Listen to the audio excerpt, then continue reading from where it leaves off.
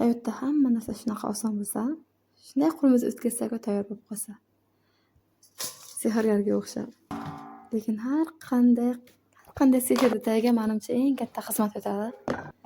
Hayotda eng kuchli sehrgarlar bu eng ko'p mehnat qiladigan insonlar bo'lsa kerak. Chunki mana shu 1 minutlik videoni tayyorlash uchun 1 soat harakat qildim. 1 soatlik ishimni shu 1 minutlik videoga sig'dirdim. Sig'dirishga harakat qildim to'g'rirog'i. Menimcha bu sehrgarlik.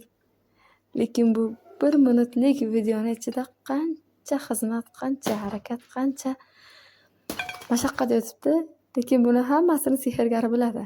Qolganini esa, qolgan chiroyli joyini, oson joyini, shuncha oson ekan-da deb tashqi tarafdan insonlar ko'rib baho beradi.